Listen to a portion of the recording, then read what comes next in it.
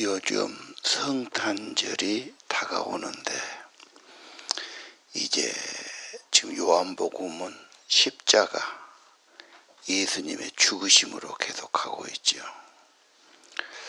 예수님은 자기 목숨을 대속제물로 주려고 오셨다.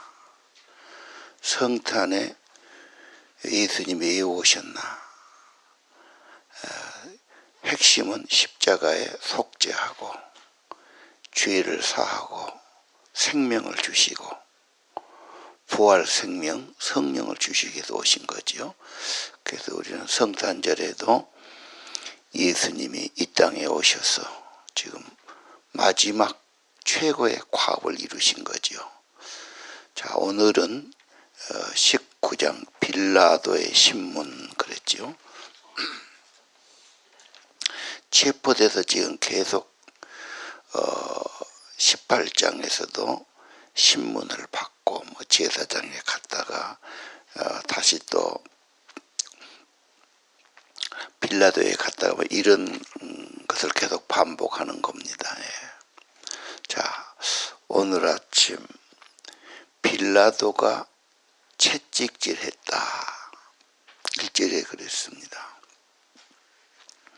빌라도는 그 당시 유대의 총독이었죠.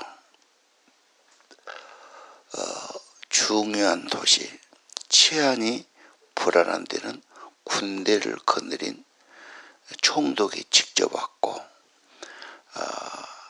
다른데 그런 치안이 괜찮은 데는 분봉왕을 세웠지요.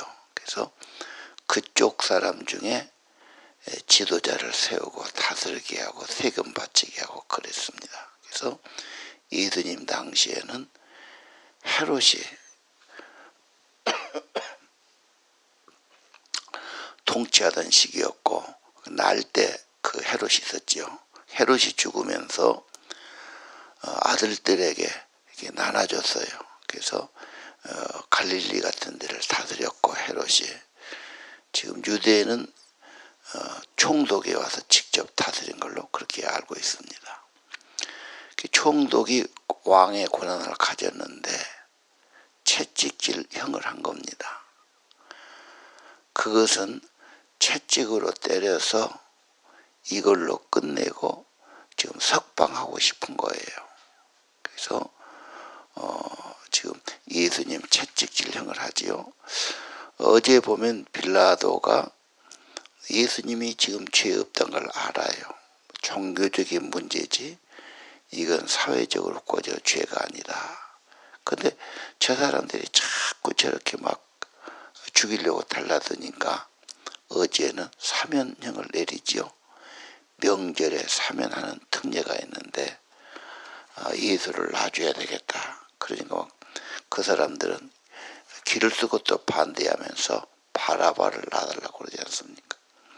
바라바도 예를 들면 열심당 로마에서 이스라엘이 독립하고 이런 하나의 그 독립투쟁 이렇게 볼까요? 이렇게 막 피를 흘리고 폭력을 행사했지만 사실은 국민들의 인기는 좋은 거죠. 그래서 바라바를 놔달라고 그러고 예수를 죽여달라고 그러지 않습니까? 근데 죽일 뭐가 안 되니까 오늘 1절에 그러면 채찍형을 때리자.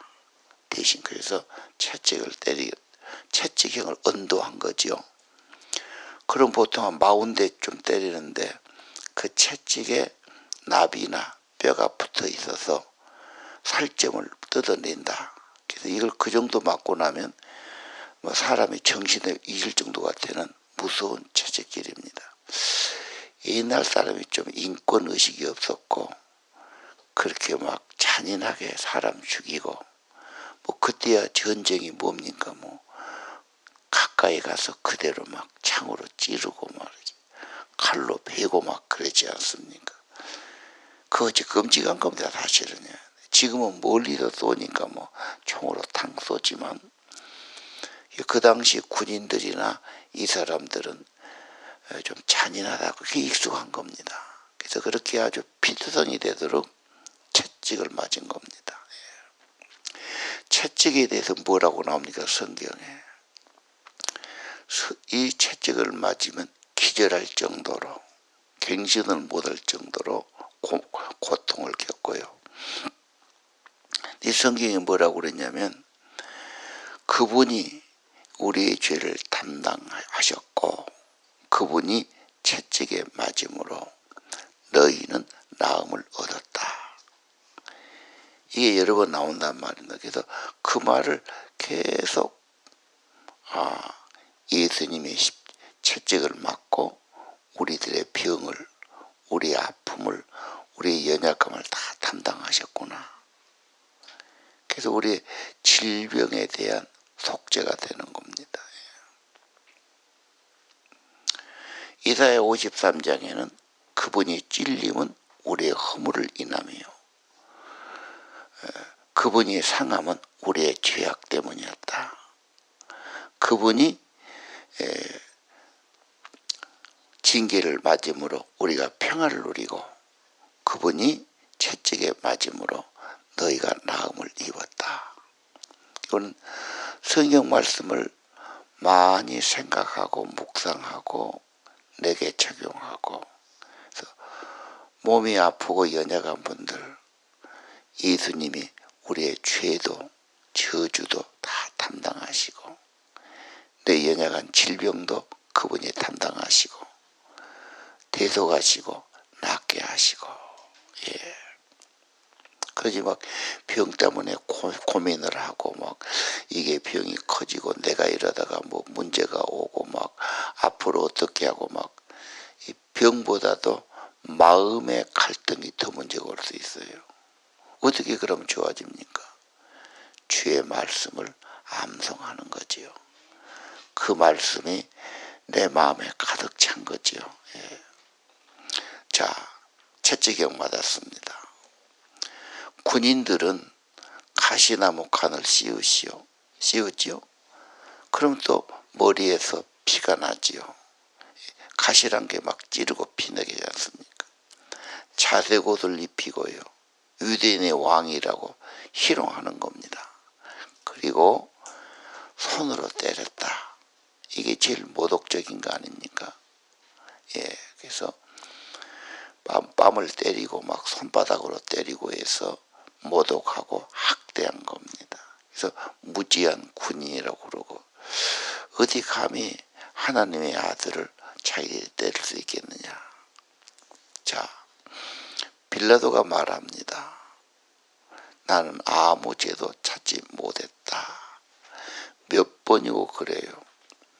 이건 무슨 윤리적인 세상적인 죄가 아니에요. 그냥 신앙적으로 하나님의 아들이라고 그러니까 자기들은 신성 모독이라고 생각해요.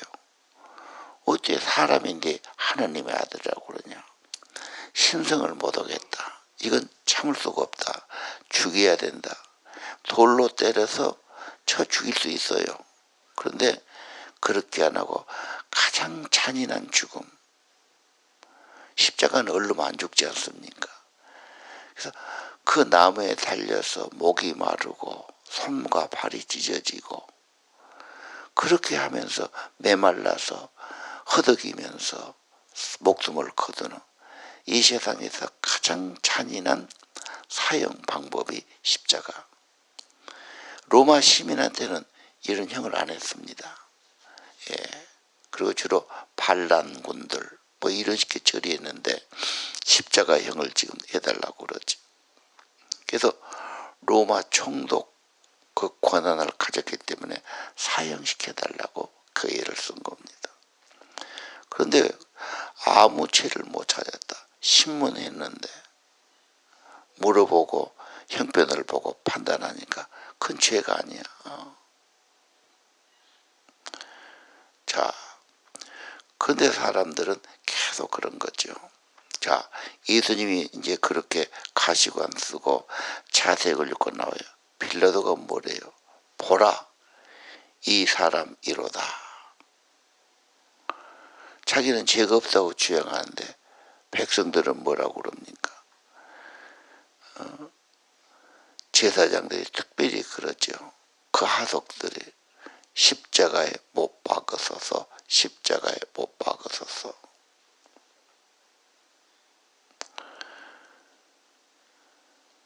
나는 그에게 죄를 찾지 못했다.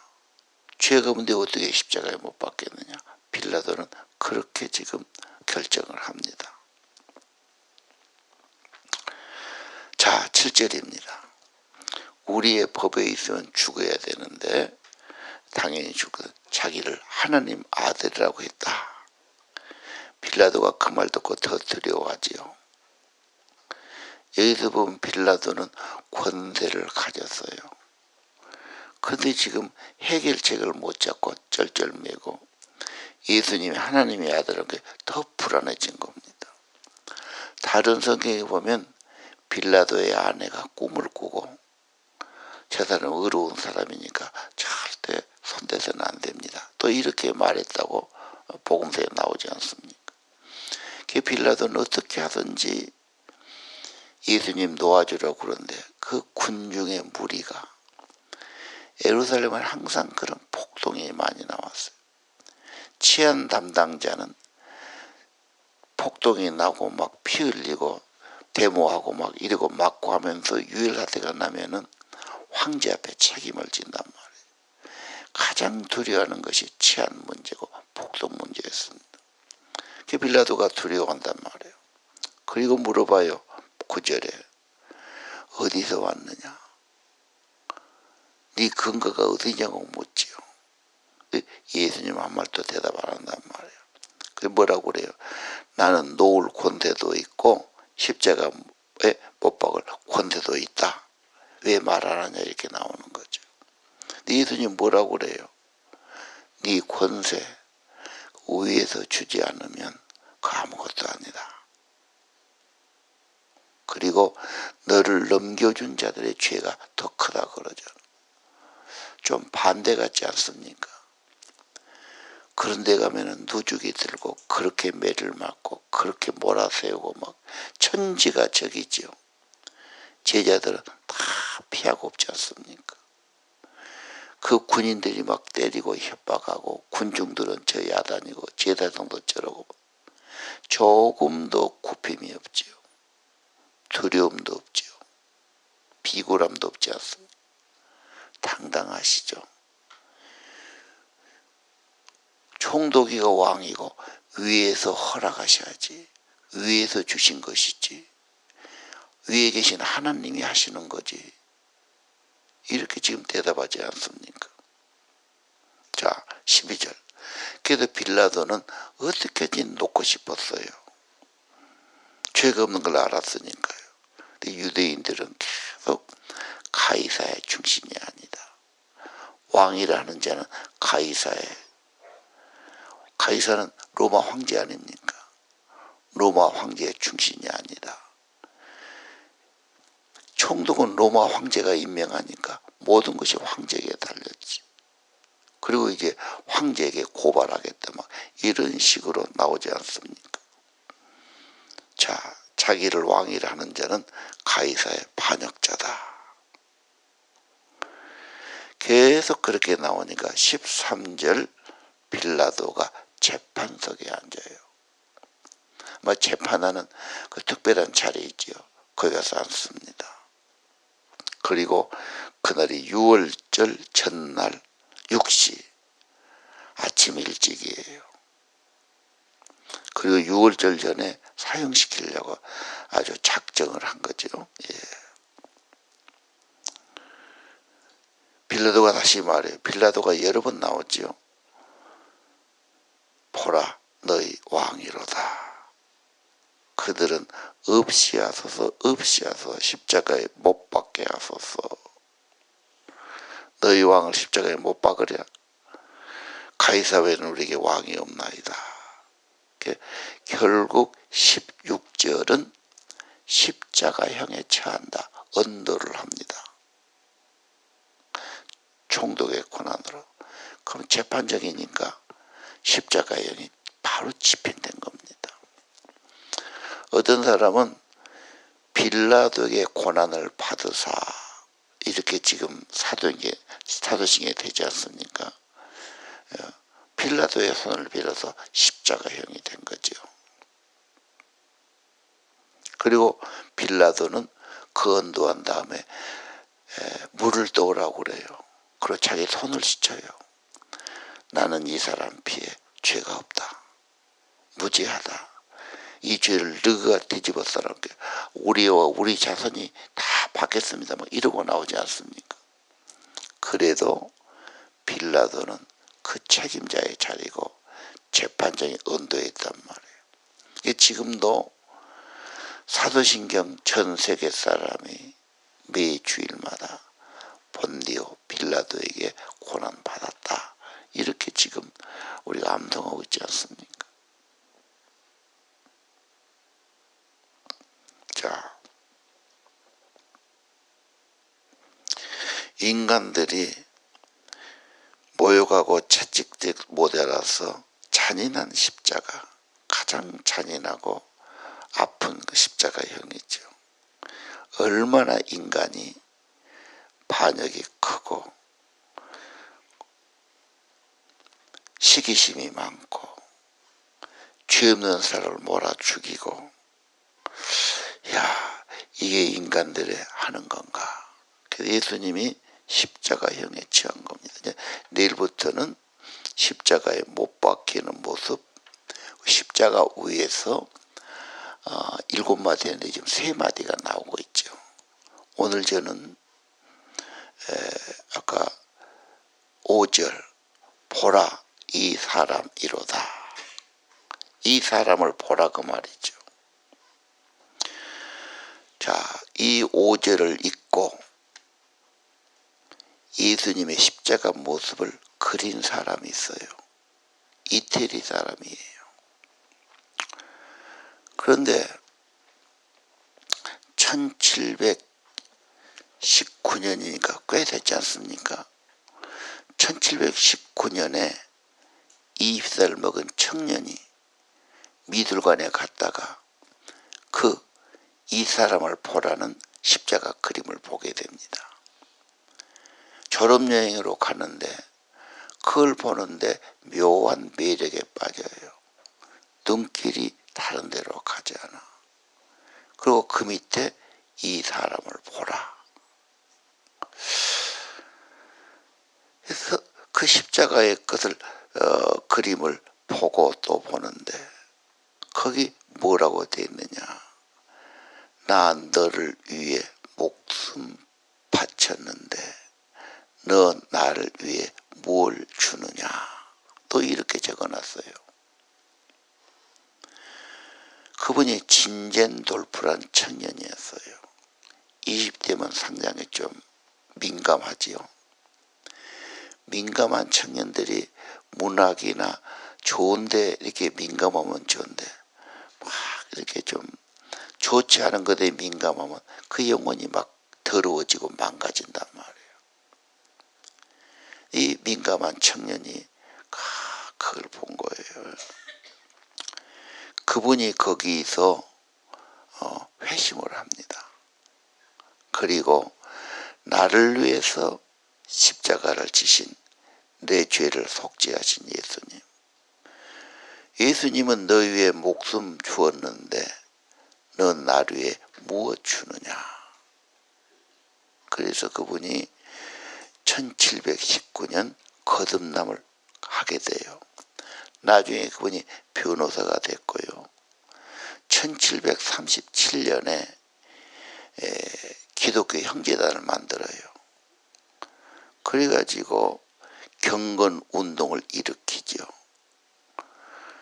그래가지고 그분이 계속 나중에는 이제 자기 아버지 받아서 백작 그 재단도 있죠. 거기서 기도 운동을 하고 부족하니까 형제단을 모아서 청년들이 신앙 운동을 일으키고 선교사를 보내요. 선교사가 100명 정도 나갔다고 보고 있습니다. 그 적은 일이 아니지 않습니까?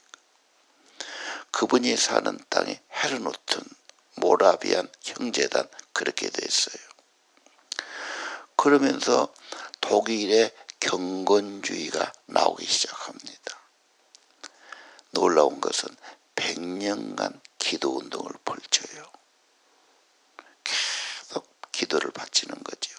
그러면서 인물들이 나오고 선교사들이 나오고, 그리고 이것이 전 세계적으로 경건주의 운동이 갑니다.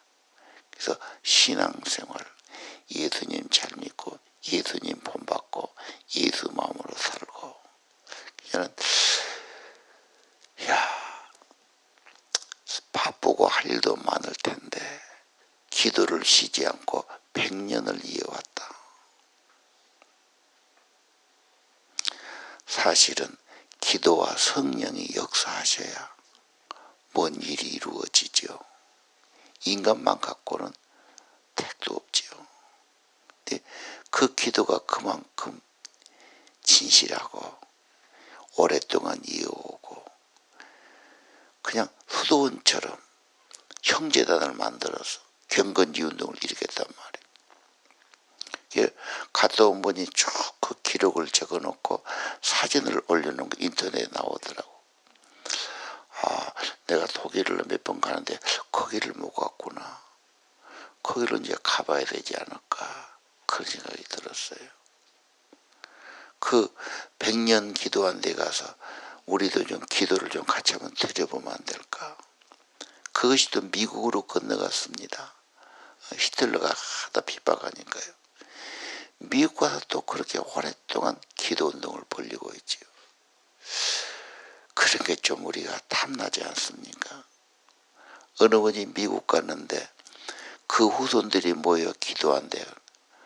자기가 기도하니까 바로 하늘문이 열리고 성령이 임하고, 그분이 신학대 교수였는데 완전히 성령의 사람으로 변화됐어요. 신학교도는 싫어해요. 그래서 신학교 나와서 목회하고 있죠. 우리 교회도 한번 오고 그랬어요, 그분이. 자, 이 사람을 보라. 오늘 아침 이 사람을 보라. 예수님께서 우리의 죄를 속죄하시고 나를 구속하신 그걸 봐야 되는 겁니다. 이 사람을 보라. 그리고 그 성화 앞에, 성구 앞에서 자기를 다 내려놓고 이제는 남은 목숨 나를 위해 속죄하신 주님을 위해 살겠습니다. 정말 나를 구원했다면, 나를 위해 속죄했다면, 나 같은 죄인을 위해서 그분이 몸버려 피 흘려 그 고난 받으시고 대속하셨다면, 영 죽을 내가 살았는데 나는 이제 어떻게 살아야 되냐. 나를 위해 죽으신 주님을 위해 사는 거지요.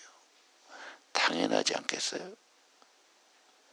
사랑의 감격, 은혜의 감격에서 내가 산 것도 다 주님의 은혜예요. 남은 목숨은 주님께 드려서 주님만 섬기고 살겠습니다. 이 사람을 보라 그랬죠. 다른 거 보니까 복잡해요. 그런 거 보니까 마음에 갈등이 오고 두려움이 오고 걱정되고 그런 거예요. 예수 그리스도를 바라보셔야 돼요. 그러면 변화가 올 겁니다. 성령이 임할 겁니다. 여러분의 삶이 경건한 삶, 주님을 닮는 삶, 그걸로 끝나지 않지요. 후손들에게 큰 영향을 줍니다. 독일 사회가 왜 저래? 그 나라가 원래 그런 나라가 아니에요. 그런 분들이 가서요. 영국도 원래 신사 나라가 아닙니다. 바이킹 나라들 아닙니까? 거기서 부흥이 일어나고 성결운동이 일어나고 기도운동이 일어나고 성령운동이 일어날 때 좋은 나라가 된 거예요. 우리나라 여러 가지 필요하겠지만 정말로 예수운동, 성령운동, 기도운동, 경건운동이 먼저 일어나야 돼요. 하겠다는 겁니까? 인간의 마음을 뭘로 어떻게 하겠다는 겁니까? 다시 한번 오늘 19장 이 사람을 보라. 진정으로 예수님 바라보시기를 원합니다. 기도합시다.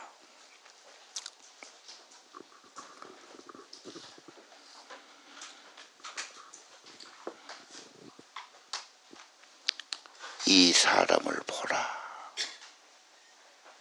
십자가에 달리신 예수님, 속죄하신 예수님, 내 죄를 위해서 내가 받을 저주와 심판을 담당하신 예수님, 내 죄를 속죄하신 예수님, 주님을 바라보고 주님을 더 생각하고 십자가에 고난 받으신 예수님,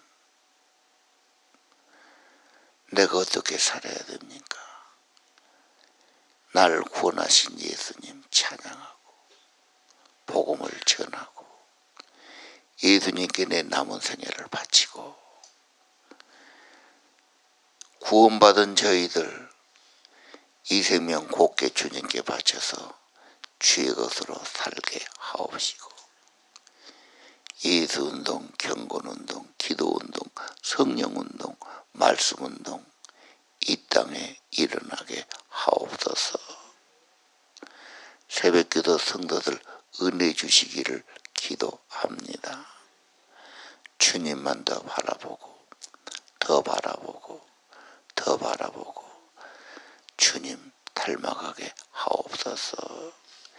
예수님 이름으로 기도드립니다.